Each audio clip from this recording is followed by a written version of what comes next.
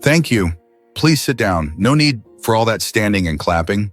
At 94, I'm just glad I made it up these stairs without my knees giving out. You know, they asked me to come talk to you folks today about faith, about what comes next, about the great beyond. And I thought, well, why not? I've spent most of my life pretending to be other people, saying words other people wrote, squinting into the sun, and shooting blanks at cowboys who are just trying to make a living like the rest of us. Maybe it's time I said something real. Now, I'm going to tell you something that might not sit well with some of you, and that's fine. You're free to get up and leave. Nobody's keeping you here.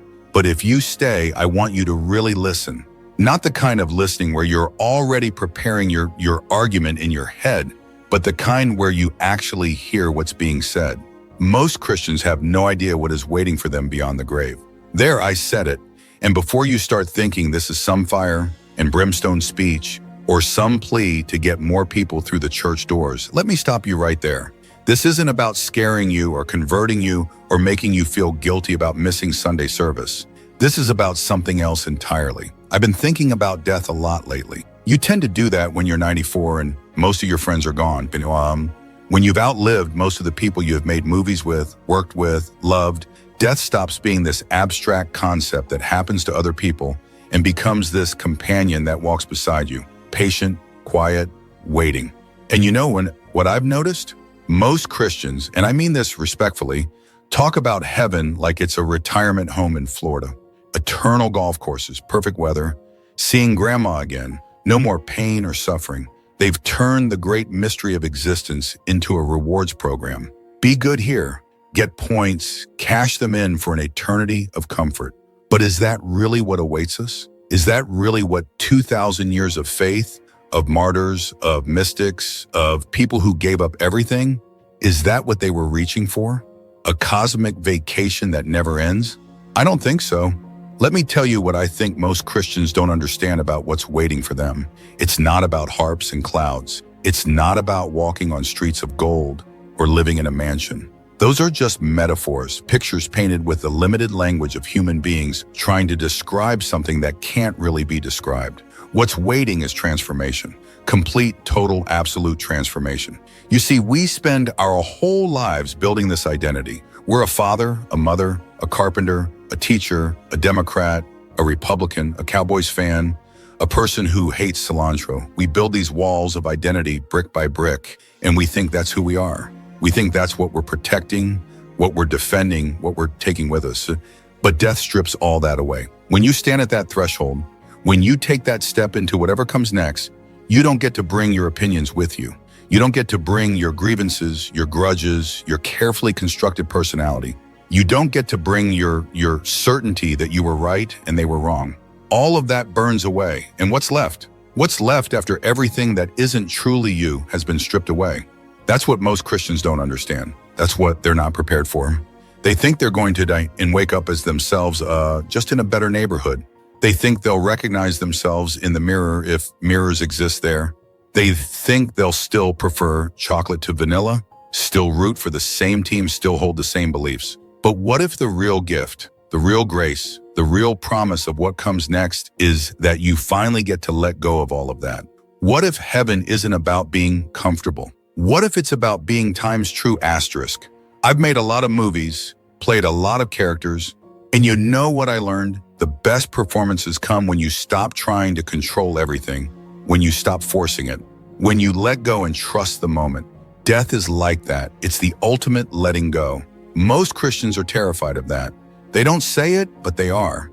They want guarantees. They want contracts. They want to know exactly what they're getting into.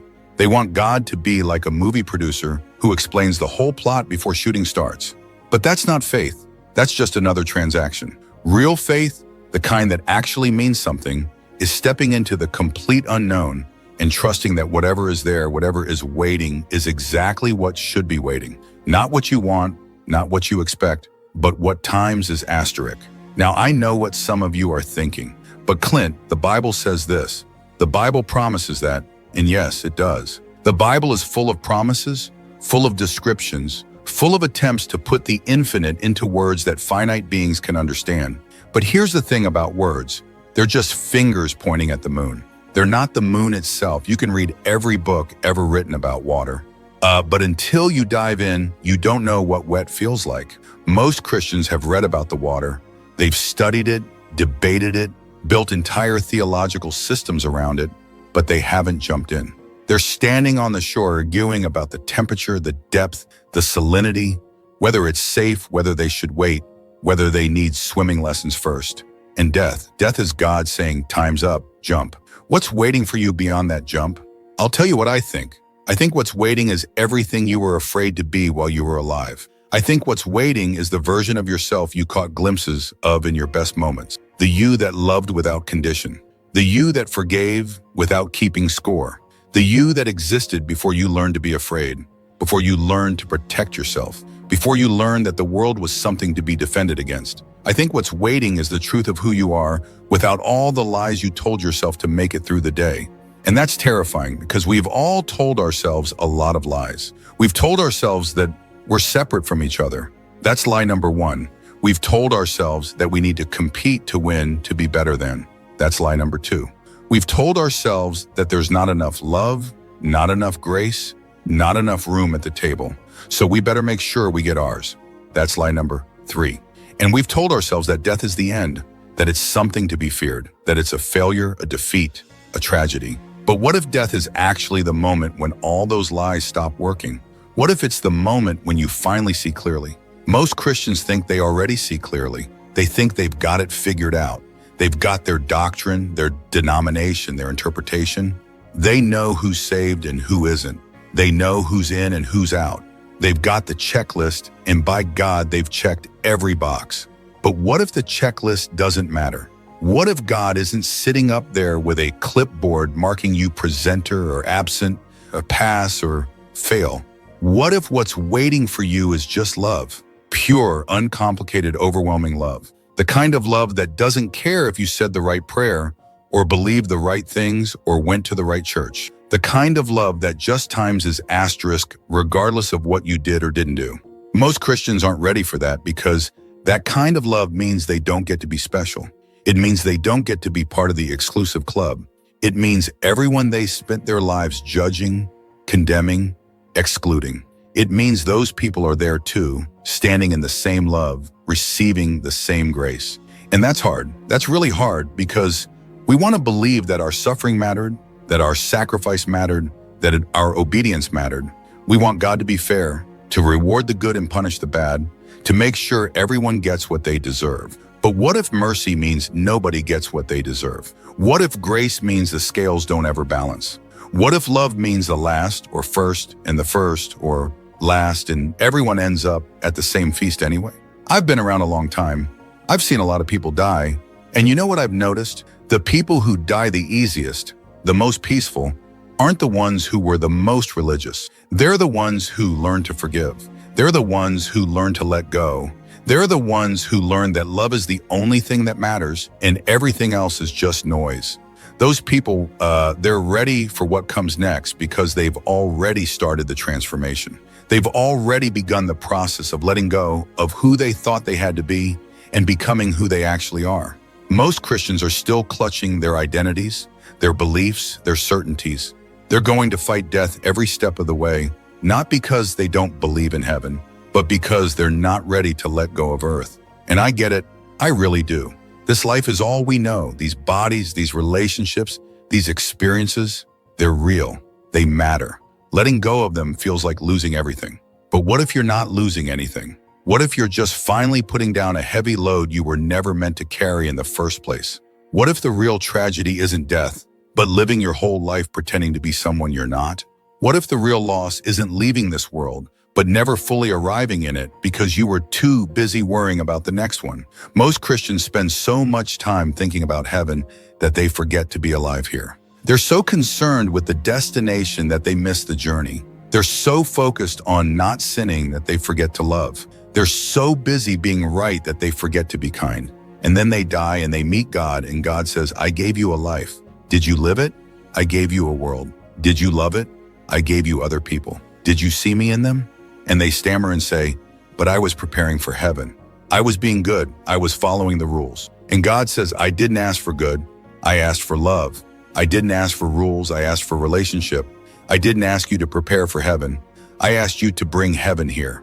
What's waiting for you beyond the grave? I think it's the life you were too afraid to live while you were breathing. I think it's the love you withheld because you thought there wasn't enough to go around. I think it's the forgiveness you refused to give because you thought justice was more important than mercy. I think it's the joy you postponed because you thought suffering was more holy. I think what's waiting for you is God saying, "Welcome home. Now let me show you who you really are." And then the real work begins, because becoming who you really are, letting God transform you into the person you were created to be, that's not easy. That's not comfortable. That takes everything you've got and then some. Most Christians think death is rest, and maybe it is in a way, but it's also labor. It's also growth. It's also change. It's the ultimate adventure, the ultimate challenge, the ultimate transformation. And you know what? I think most Christians aren't ready for that. I think they want death to be the end of growth, the end of change, the end of challenge. They want to finally be done, finally be finished, finally be able to rest. But what if you don't get to be done? What if eternity means eternal growth? What if heaven is not a destination, but a journey that never ends? What if God's love is so vast, so deep, so infinite, that you get to spend forever discovering it, exploring it, being transformed by it? That's what I think is waiting. Not stagnation, but transformation. Not an ending, but a beginning. Not rest from love, but rest in love. The kind of love that never stops moving, never stops creating, never stops inviting you deeper. Most Christians want a heaven they can understand. They want it to make sense. They want it to fit into their categories, their theology, their expectations. But what if heaven is wilder than that? What if it's stranger, more beautiful, more terrifying, more wonderful than anything we can imagine? What if the reason most Christians have no idea what's waiting for them is because it's so far beyond anything we can conceive that all our ideas, all our pictures, all our descriptions are like a child's drawing compared to the real thing? I'm 94 years old. I've got what a few years left if I'm lucky, maybe less, and I'm not afraid. Not because I know what's coming, but because I don't. Not because I've got it all figured out, but because I've finally accepted that I never will. All I know is this: there is love at the center of everything. That love has a name, and that name is God. That love became flesh and walked among us. That love suffered and died and rose again. That love is waiting for me on the other side of this life. And when I get there, I expect to be surprised. I expect to be overwhelmed. I expect to discover that everything I thought I knew was just the faintest shadow of the truth. I expect to be transformed. And that's what I want to tell you today. Stop trying to figure it all out. Stop trying to make it safe. Stop trying to turn the infinite into something you can control. Just love. Love with everything you've got. Love the people in front of you. Love the world you have been given. Love the life you're living right now, not the one you think you are going to have later. Because here's the secret that most Christians miss. Heaven isn't somewhere else. It's not a place you go after you die. It's a reality you can step into right now, today, this moment. Every time you choose love over fear, you're choosing heaven. Every time you forgive, instead of holding a grudge, you're choosing heaven. Every time you open your heart instead of closing it, you're choosing heaven. And when you die, when you finally let go of everything that isn't love, you'll realize you've been building heaven inside yourself all along. You'll realize that God wasn't waiting for you somewhere else. God was with you all along in every act of love, every moment of grace, every time you chose to be more than you thought you could be.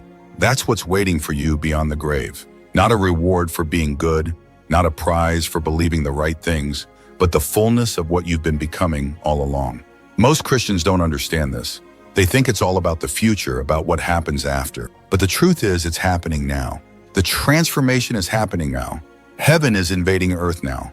God is making all things new now. And death is just the moment when you finally stop resisting, when you finally stop clinging, when you finally stop trying to save yourself and let yourself be saved. I'm ready for that.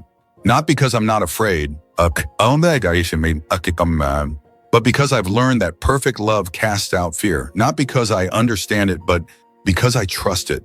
Not because I deserve it, but because it's been given anyway. And if I could leave you with one thing today, it would be this.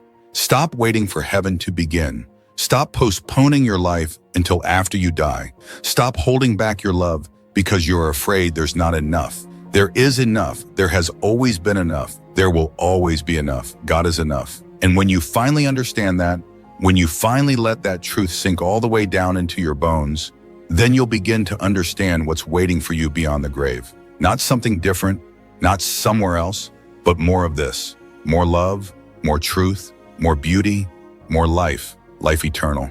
Not in the sense of endless time, but in the sense of endless depth. The same life you're living now, but fuller, richer, truer.